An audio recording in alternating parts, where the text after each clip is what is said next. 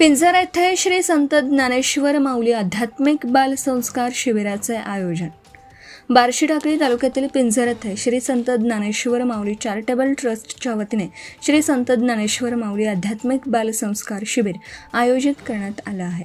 दिनांक 26 मे 2026 पासून सुरू झालेल्या या शिबिराची सांगता 20 जून 2026 रोजी होणार असून परिसरातील बालकांमध्ये नैतिक मूल्य, आध्यात्मिक विचार आणि संस्कार रुजवण्याचा या उपक्रमामागील मुख्य उद्देश आहे। आजच्या धावपळीच्या आणि स्पर्धात्मक युगामध्ये मुलांवर आधुनिकतेचा मोठा प्रभाव पडत असताना त्यांच्यामध्ये चांगले विचार, शिस्त, संस्कार आणि भारतीय संस्कृतींची जपणूक होणं अत्यंत आवश्यक असल्याचं मत आयोजकांनी व्यक्त केले।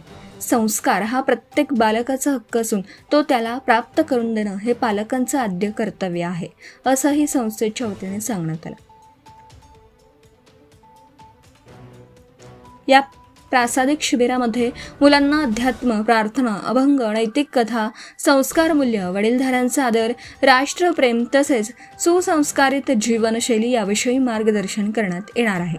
गतिमान युगात मुलांना नीतिमान बनवण्यासाठी अशा शिबिरांची आवश्यकता असल्याचंही यावेळी नमूद करण्यात आलं।